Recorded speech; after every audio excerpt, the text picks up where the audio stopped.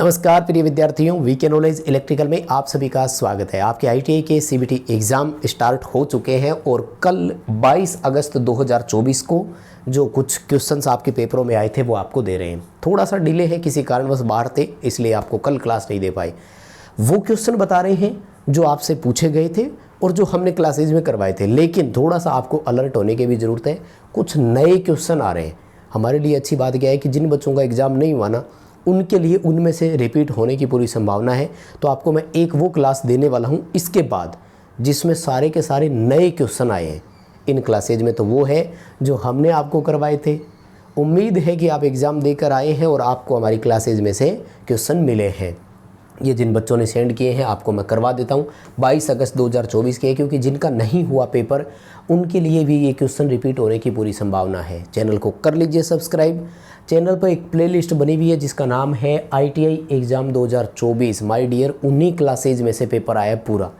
3 model test paper जो निमी ने आपको ऑफिशियल वेबसाइट पर अपलोड करवाया था, मैंने भी बताया था उनको डाउनलोड कैसे करना है, उनमें से पेपर आ रहा है। और जो हमने क्लासेस दी है उनमें से पेपर आ रहा है। बस कहीं बाहर जाने की ज़रूरत ही नहीं है, तो एक्टिव हो जाओ और आ जाइए। आज जो क्वेश्चंस आए थे उनको हम फटाफट से देख लेते हैं। मोटा मोटी देखना ही है, अब रिवीजन रिपीट वो कुछ करने की ज़्यादा ज़रूरत हमें इसमें है नहीं। और ये मुझे जहाँ से मिले हैं तो मैं आपको वैसे ही करवा रहा हूँ, सेम एज इट इज़। बच्चों ने जिस तरह से फ़ोटो खींच कर भेज दिया था। देखो, आर्क वेल्डिंग के लिए किस प्रकार के डीसी जनरेटर का उपयोग होता है, शायद ही किसी बच्चे का गलत हो।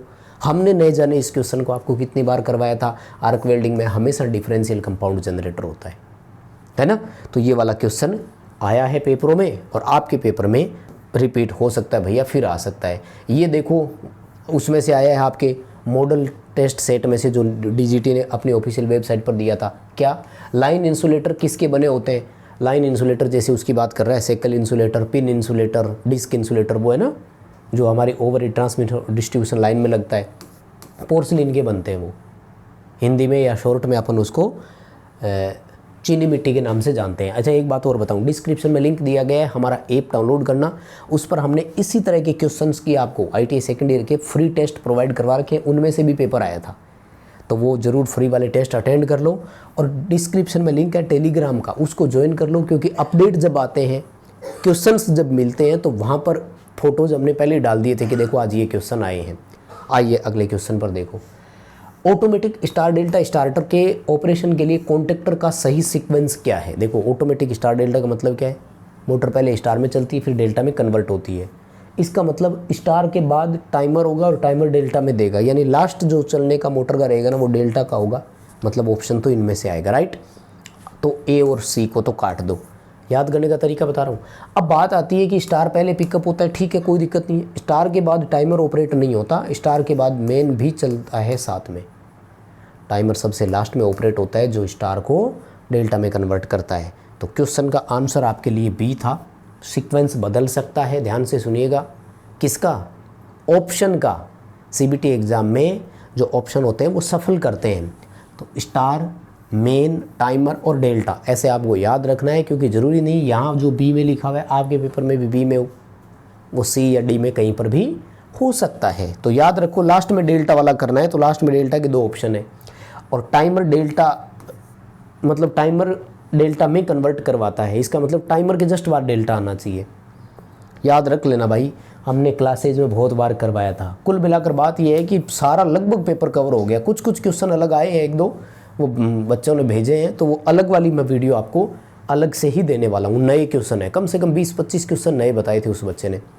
देखो, हो सकता है पूरी एक शिफ्ट ही हो वो, क्योंकि 38 क्वेश्चन तो आते ही है। 20-25 क्वेश्चन उस बच्चे को याद रहे, तो मुझे लगता है एक शिफ्ट जो कल 22 तारीख को हुई थी ना, उसमें पूरे नए थे। क्योंकि ये जो मैं बता रहा हूँ, अब जिस बच्चे की शिफ्ट में ये नहीं आए थे ना, वो नीचे आके कमेंट करेगा ये नहीं आए थे, क्योंकि उसकी शिफ्ट में नहीं भी आए। दिन में 3 शिफ्ट होती है, ये भी याद कर लेना। और हमें क्वेश्चन ना बच्चे ही भेजते हैं, हमें कैसे पता लगेगा भाई? हम तो पेपर देने से रहे। अब ये तो है नहीं कि हम खुद जाकर के एग्ज़ाम में डेली बैठते हैं हर शिफ्ट में। तो जो बच्चे सेंड करते हैं हम वही आप तक पहुंचाते हैं। यकीन आपको करना पड़ेगा, पढ़ाई आपको करनी है। देखो, ये स्टार्टर वाला पिछले 3-4 सालों से आ रहा है, न जाने कितनी बार हम भी करवा चुके हैं। ये है आपका ऑटो ट्रांसफार्मर स्टार्टर वाला डायग्राम। देखो, याद करो, ये आएगा पक्का। अब भी आ रहा है, पहले भी आए थे, और मैंने जब ये क्वेश्चंस करवाए थे उसी टाइम मैंने आपको कहा था कि बिल्कुल ये आ रहा है हर बार। अच्छा, लॉजिक गेट एक टेबल वाला आ रहा है भाई, कोई भी टेबल का हो जाए, ये ज़रूरी नहीं है। कई बार क्या होता है कि बच्चे को याद नहीं रहता, देखो ज़्यादातर वो क्वेश्चन याद रहते हैं जो ईजी होते हैं, है ना। तो आप थोड़ा सा उस मानसिक स्थिति को भी देखो, ये आपके साथ भी होगा। एग्ज़ाम हॉल से बाहर निकल कर आप मुझे भेजना कौन कौन से क्वेश्चन आपको याद रहेंगे, है ना। हम उस पर वीडियो बनाएंगे, फिर उसके नीचे कमेंट देखना, जिनके पेपरों में नहीं होंगे वो कहेंगे ये नहीं था। तो सुनो, A+B है, ये होता है और गेट का, इसके ऊपर बार लग गई तो इसे बोलते हैं नोट और नोट और को बोलते हैं नोर गेट। ये रहा सी ऑप्शन। वैसे मैं आपको बताऊं, मेरा जो शॉर्ट तरीका रहता है वो क्या है, बुलियन व्यंजक पकड़ने का है। आपको भी वही बताता हूँ, सुनना। एंड गेट का बुलियन व्यंजक होता है A × B, नोट का होता है A की बार, नोर का होता है A+B की बार, और नेंड गेट का होता है A × B की बार। ठीक है, तो ये ऐसे याद रख लो। इससे क्या होता है कि क्वेश्चन आपको थोड़ा सा जल्दी पकड़ में आ जाता है और पक्का कंफर्म हो जाता है, आंसर गलत नहीं होते। ठीक है, ड्राइव में डायरेक्शन चेंज करने की बात कर रहा है, यानी वो कह रहा है कि एक मोटर है जिसकी आपको डायरेक्शन बदलनी है, लेकिन देखो बदलने से पहले हमें इंश्योर करना होता है। मान लीजिए कि मैंने मोटर को चेक तो किया ही नहीं कि किस दिशा में चल रही है, और अब कह रहा हूँ मैं बदल देता हूँ। बदलने के बाद क्या गारंटी है कि मोटर अब पहले से अपोजिट चल रही है। इसलिए रोटेशन की दिशा बदलने के लिए सबसे इम्पोर्टेंट नियम ये होता है कि पहले आप उसे चला करके देखो कि वो किस डायरेक्शन में चल रही है, उसकी डायरेक्शन पकड़ो, क्लॉकवाइज है कि एंटी क्लॉकवाइज है। क्योंकि रिवर्स करने के बाद आप इंश्योर कर पाएँ, मेक श्योर कर पाएँ कि यस डायरेक्शन चेंज हुई है, नहीं तो कैसे कहोगे। तो इसको तो काट दो, बी ऑप्शन को, तो बचे ये दोनों। अब ऑन चलती मोटर में रिवर्स का बटन नहीं दबा सकते। मोटर 1440 RPM क्लॉकवाइज चल रही है, अचानक से उसको आप रिवर्स बैक गियर थोड़ी लगा सकते हैं गाड़ियों में अपन अपने, ऐसा कोई सिस्टम होता भी नहीं है रिवर्स का। अगर कर दिया तो मोटर तुरंत जल जाएगी, ब्लास्ट हो जाएगा। तो हमारे पास ऑप्शन क्या होता है, तो रिवर्स यहाँ करने का बोल रहे तो काट दो, ऑप्शन ही एक ही बचा है सी। हमारे पास ऑप्शन होता है पहले मोटर को चला करके देखो, यानी ऑन कमांड दो, अब उसे बंद करो क्योंकि आपने डायरेक्शन मेक श्योर कर ली। अब उसकी डायरेक्शन रिवर्स की कमांड दो, मतलब जो स्विच होता है रिवर्स स्विच वाला घुमा दो। 3 फेज अगर मोटर है तो उसमें AC ड्राइव की बात कर रहा है तो मैं 3 फेज मान लेता हूँ, तो उसमें क्या होता है कि कोई 2 फेज जो है वो आपस में बदल जाएंगे, है ना। 3 फेज मोटर की डायरेक्शन ऑफ रोटेशन कैसे बदल सकते हैं, ये भी क्वेश्चन आ सकता है। अब उसको वापस ऑन की कमांड दो एंड मेक श्योर करो कि येस डायरेक्शन चेंज हुई है। तो सी ऑप्शन है, याद रख लो। ठीक है, अच्छा वैसे आपको बताऊं एक चीज़ याद रखो, 4 ऑप्शन वाले हैं, मतलब जिनमें 4-4 चीज़ें दी हुई है, तो इन दोनों में 3-3 है ना, इनको तो पहले ही काट दो, कहानी ख़त्म। अब आती है इनकी बात। वो कह रहा है कि ऑन के बाद में रिवर्स करके फिर ऑफ करो, क्यों भाई, उसके बाद ऑफ करने की ज़रूरत ही कहाँ है जब आपने चेंज ही कर दी डायरेक्शन। तो ऑन ऑफ रिवर्स ऑन, ये सीक्वेंस याद कर लेना, क्योंकि आपके पेपर में CD चेंज हो जाएगा तो फिर प्रॉब्लम होगी आपके भी।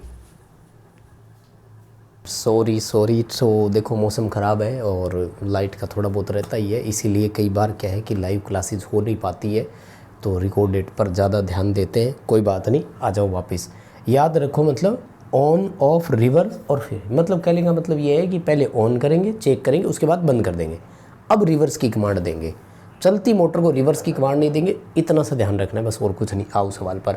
DC सीरीज मोटर की गति नियंत्रण की ये कौन सी विधि है, देखो बार बार करवाया, वैसे तो सबको याद है, और इन्होंने भी लिख दिया सीरीज मोटर, इसलिए टर्मिनल पर ध्यान देने की ज़रूरत है नहीं।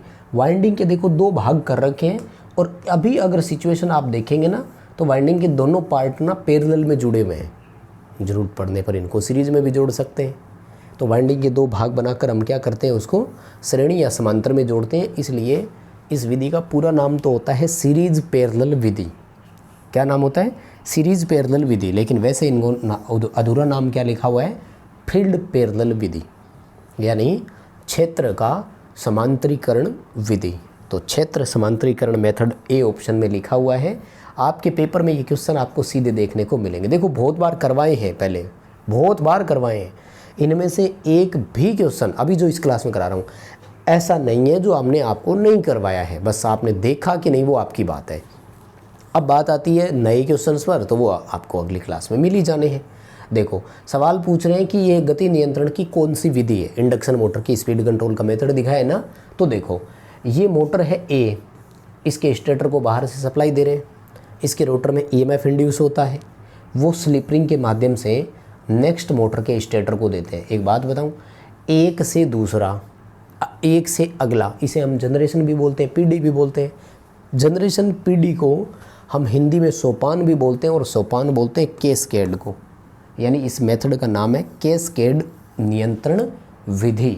अगर आपके पेपर में शुद्ध हिंदी लिखा हुआ आ जाए तो सोपान नियंत्रण लिखा हुआ आएगा, इतना ध्यान रख लेना बस। बाकी तो आपको याद ही है, दो मोटरें इसमें मैकेनिकल और इलेक्ट्रिकल दोनों रूप से कपल्ड होती है। मैकेनिकल ये देखो दोनों के रोटर आपस में जुड़े हुए, और इलेक्ट्रिकली एक दूसरे की सप्लाई को देते हैं। ये क्वेश्चन भी बहुत बार करवाया हुआ है। हमारे साथ कौन कौन बच्चे पहले से जुड़े हुए हैं मुझे नहीं पता, है ना। कई बार क्या होता है कि क्लासेज बच्चों तक नहीं पहुंच पाती, इसीलिए मैं आपसे बोलता हूं कि प्लीज़ इन क्लासेज को शेयर करने का काम किया करो यार, उन तक पहुंचाया करो ताकि वो अपने साथ जुड़ सकें, देख सकें। सवाल ये वाला देखो कितनी बार बताया है कि ये पूछ रहे हैं एक्स से चिन्हित इस भाग का नाम क्या है। मैं तो जब भी ये क्वेश्चन मैंने कराया है, और कम से कम ये क्वेश्चन मैं आपको 20 बार करवा चुका हूँ इस साल के लिए, और जब भी मैंने ये क्वेश्चन कराया मैंने तो आपको 500 बताए।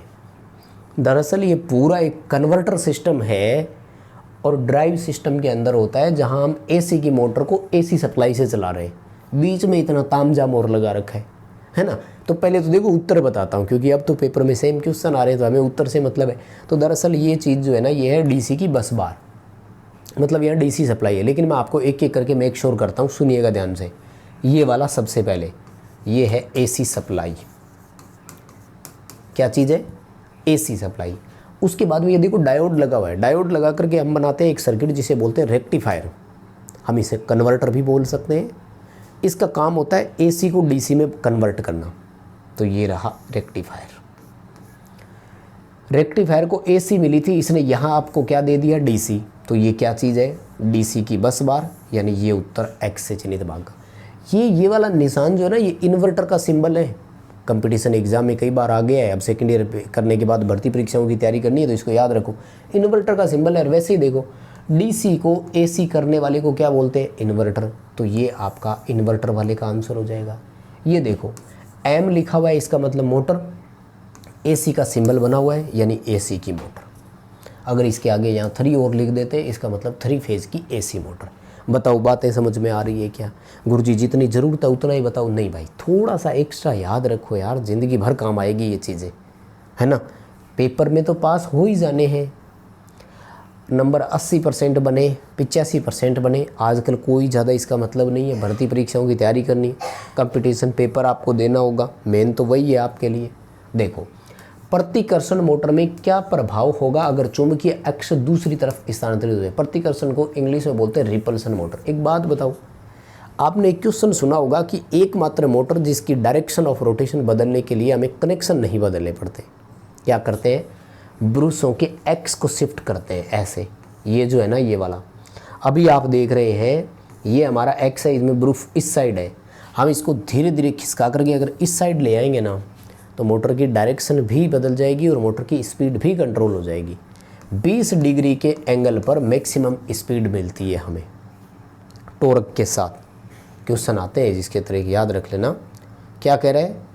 शिफ्ट हो जाएगा एक्स, एक्स शिफ्ट हो जाएगा तो मोटर की डायरेक्शन बदल जाएगी। अब देखो ये क्वेश्चन घुमा फिरा करके आपसे कैसे पूछते हैं एग्जामिनर्स। इसने पूछा है कि अगर एक्स शिफ्ट हो जाएगी तो क्या होगा। कुछ जगह यूँ पूछा जाता है कि मोटर की डायरेक्शन ऑफ रोटेशन चेंज करने के लिए क्या करोगे। और तीसरा ऑप्शन ये आता है कि जिसमें आप केवल बिना कनेक्शन बदले, मतलब डायरेक्शन ऑफ रोटेशन चेंज कर देते हो, वो कौन सी मोटर है। यस, अगले सवाल पर आते हैं। देखो, वार्निश करने से पहले नए रिवाउंड आर्मेचर को गर्म क्यों किया जाता है? अब ये आर्मेचर का भी आ गया है, एसी मोटर के स्टेटर का भी आ चुका है, मतलब दोनों जगह आया कुल मिलाकर के ये सवाल। 3 फेज मोटर में भी आ जाता है वाइंडिंग में, और डीसी वाले में भी आ जाता है। बार बार करवाया आपको। इसे इंग्लिश में ना प्री हीटिंग बोलते हैं। प्री हीटिंग का मतलब होता है वाइंडिंग के दौरान अगर कोई भी मॉइस्चर, नमी उसमें चली गई हो ना, तो उसको गर्म करने से करके बाहर निकाल दो। क्यों? क्योंकि नमी से इंसुलेशन कमज़ोर हो जाता है, इंसुलेशन प्रतिरोध कम होगा, तो जैसे ही आप सप्लाई दोगे तो मोटर में ब्लास्ट हो जाएगा, मोटर में शॉर्ट हो सकता है। डी उत्तर आएगा, सॉरी ए ऑप्शन है, drive out the moisture from it, इससे नमी को बाहर निकालने के लिए। ठीक है, इंग्लिश में इसे प्री हीटिंग बोलते हैं। डीसी आर्मेचर का है, एसी स्टेटर का भी आ सकता है। एसी मोटर के स्टेटर को भी हम प्री हीटिंग देते हैं, आर्मेचर वाइंडिंग ट्रांसफार्मर वाइंडिंग को भी प्री हीटिंग देते हैं। खैर वो तो आपके फर्स्ट ईयर में चला गया तो यहाँ सवाल आते नहीं है। यस, ये वाला सवाल, शॉर्ट और ओपन सर्किट आर्मेचर वाइंडिंग की टेस्टिंग के लिए किसका इस्तेमाल करते हैं? आर्मेचर टेस्टिंग की बात आएगी, बाहरी ग्राउंडर होगा।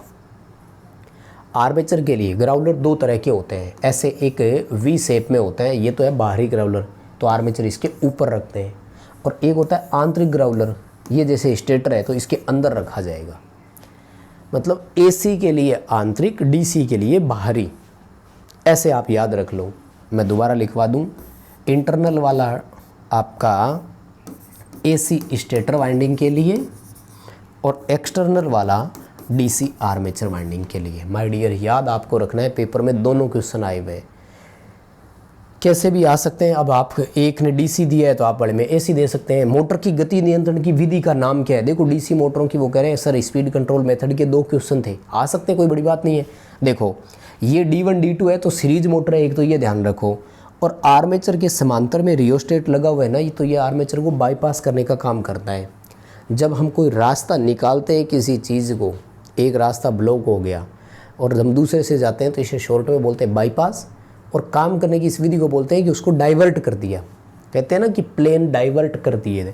हम भी यहाँ क्या कर रहे हैं, आर्मेचर की करंट को डाइवर्ट कर रहे हैं। फील्ड में से जो करंट आकर आर्मेचर के थ्रू जानी चाहिए थी वो फील्ड में से आकर के रियोस्टेट में से होते हुए आती है। यानी यहाँ 2 पैरेलल पाथ बना दिए हमने कि धारा आर्मेचर में से जाने की बजाय यहाँ से जाए, करंट को डाइवर्ट कर दिया। किसके थ्रू? आर्मेचर वाले से। इसलिए इस विधि को आर्मेचर डाइवर्टर मेथड के नाम से जानते हैं। सवाल समझ में आ रहा है कि नहीं?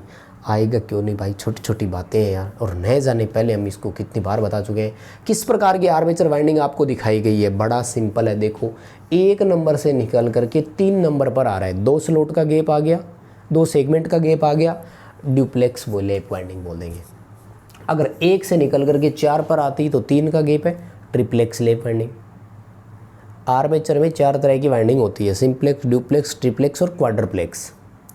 कम्यूटेटर पिच की मान होती है +-1, 2, 3 और 4। ड्यूप्लेक्स में +-2 होती है। प्लस तब होती है जब वाइंडिंग प्रोग्रेसिव हो, रिट्रोग्रेसिव होती है तो माइनस होता है। दोनों सिंबल याद रखो, क्योंकि मान लो कभी पेपर में सवाल रिट्रोग्रेसिव प्रोग्रेसिव का यार अगला डाल ही दे, क्या भरोसा। एसी मोटर स्टेटर में टोटल इलेक्ट्रिकल डिग्री गणना करने का फॉर्मूला क्या है? ये भी इतना इंपॉर्टेंट क्वेश्चन है, इसका एक न्यूमेरिकल भी बनता है। यहाँ से 2 क्वेश्चन आते हैं। तो 180 इंटू पोल होता है, ये तो डी उत्तर रहा। अब इसका एक क्वेश्चन भी आ जाता है, जैसे आपके वो बच्चे ने भेजा भी, ये शायद होगा, मैं बता देता हूँ। सवाल पूछा कि 6 पोल के मोटर स्टेटर में टोटल इलेक्ट्रिकल डिग्री कितनी होगी? तो कितनी होगी? 1080 डिग्री। अरे भाई 180 इंटू पोल, 180 को 6 से मल्टीप्लाई करना है, तो इसमें 2 क्वेश्चन बनेंगे। दोबारा पढ़ लो, अगर किसी बच्चे को फॉर्मूला ही याद नहीं है तो वो न्यूमेरिकल भी नहीं कर पाएगा, तो फिर पढ़ लो अच्छे से, क्योंकि देखो अभी पेपर होने बाकी है और रिपीट होंगे। इन्वर्टर का काम क्या है? इन्वर्टर का काम तो सबको पता ही है, अभी बताया थोड़ी देर पहले, ये इन्वर्टर का सिंबल था। देखो तो क्या कर रहा है श्रीमान इन्वर्टर? डीसी को एसी कर रहा है, बस ये रहा, है ना। Convert DC to AC, inverter करता है ये काम, कोई समस्या नहीं है किसी को। अगला सवाल देखो, डीसी शंट मोटर में सामान्य से नीचे गति प्राप्त करने की विधि कौन सी है? देखो शंट मोटर में गति नियंत्रण की 2 विधियाँ हैं, एक को बोलते हैं आर्मेचर कंट्रोल, दूसरी को बोलते हैं फील्ड कंट्रोल। तो फील्ड कंट्रोल जो है ना, ये तो है सामान्य से अधिक गति के लिए, और आर्मेचर कंट्रोल होता है सामान्य से निम्न यानी सामान्य से कम गति के लिए। सी उत्तर आएगा। मेक श्योर कर लो, चीज़ें पढ़ लो, दोनों बातें देखो, किसी की शिफ्ट में कौन से क्वेश्चन आ रहे हैं, किसी की शिफ्ट में कौन से क्वेश्चन आ रहे हैं, लेकिन कब तक कभी ना कभी तो आना ही पड़ेगा वापस, क्योंकि 12, 13, 15 दिन पेपर चलते हैं और 3 शिफ्ट डेली हो रही है, 45 पेपर वो कहाँ से लाएंगे? क्वेश्चन घूमेंगे, रिपीट भी होंगे। सवाल वो कह रहे हैं कि जो कम्यूटेटर है ना, इनमें वाइंडिंग के साथ हमने यहाँ पर ये रेजिस्टेंस क्यों लगा रखा है? दरअसल ये कम्यूटेशन को कम करने के लिए होता है। कम्यूटेशन होती है स्पार्किंग। तो यहाँ उत्तर तो है नहीं, डी उत्तर था इसका, मैं बता देता हूँ। धारा की दिशा को आसानी से पलटना। क्या था? धारा की दिशा को आसानी से पलटना, ये इसका उत्तर बनता है। जितना ज़्यादा समय लगेगा इंड्यूस ईएमएफ उतना ही कम होगा, और वो जो क्या बोलते हैं, स्पार्किंग जो है वो घट जाएगी क्योंकि प्रेरित ईएमएफ कम होगा। एक वो कह रहा है कि मैथ वाला गुरुजी ये आया था, कौन सा है, मैं लिख करके बता देता हूँ, a माइनस बी की होल स्क्वायर। तो इसका क्या रिजोल्यूशन बनेगा, a square minus 2ab plus B square, ये उत्तर है, बस याद कर लो। बाकी और मॉडल पेपर वगैरह जो मैंने आपको बता रखे हैं वो पढ़ो, प्लेलिस्ट बनी हुई है चैनल पर ITI एग्ज़ाम 2024, उनको पढ़ो, टेलीग्राम ज्वाइन कर लो, डिस्क्रिप्शन में लिंक है। और सेकंड क्लास का वेट करो जिसमें वो नए वाले क्वेश्चन आए ना वो बताऊंगा, वो बहुत ज़रूरी है। अभी के लिए बस इतना ही था। इस वीडियो को लाइक करो, चैनल शेयर ज़रूर करें दोस्तों के साथ ताकि वो भी हमारे साथ जुड़ सकें। आप भी सब्सक्राइब कर लीजिएगा। बहुत बहुत धन्यवाद।